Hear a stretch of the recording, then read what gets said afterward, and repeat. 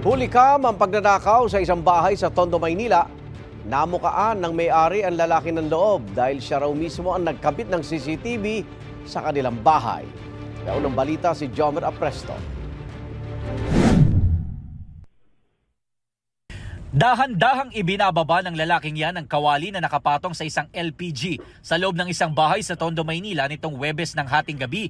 Maya-maya, tuluyang tinangay ng lalaki ang LPG tank at mabilis na bumaba. Ayon sa biktima, nasanay na sila na hindi naglalak ng gate ng bahay dahil marami ang nakatira sa kanila. Umaga na raw nang malaman ng kanyang ate na nawawala ang kanilang LPG. May pasok yung anak niya.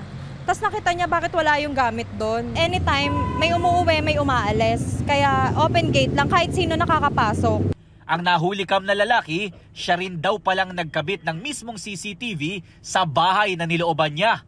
Parang ayaw niya magpakita sa camera. Pero kilalang-kilala kasi namin siya eh. Ang kulit kasi siya rin yung nagkabit nun, di ba? Hindi niya man lang tinakpan yung mukha niya or ano. Yung pag may mga nasisira kaming gamit, siya din yung nag-aayos doon. Ayon sa barangay, residente nila ang sospek na ilang beses nang inireklamo dahil sa pagnanakaw umano. Isang insidente pa raw ng panunutok ng kutsilyo sa isang menor de edad ang kinasangkutan ng lalaki sa isang tindahan sa kabilang barangay. Nung hindi siya nagbayad, yung minor, lumabas daw para siya singilin, tapos tinutukan niya raw ng kutsilyo. Galing siyang dinalupihan, may binitbit na naman siyang alak.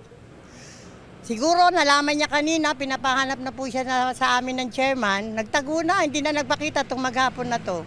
Nasa drug watch list din daw ng barangay ang lalaki. Maghahain ng formal complaint ang biktima ngayong araw sa Manila Police District para mahuli ang lalaki. Ito ang unang balita. Jomer Apresto para sa GMA Integrated News.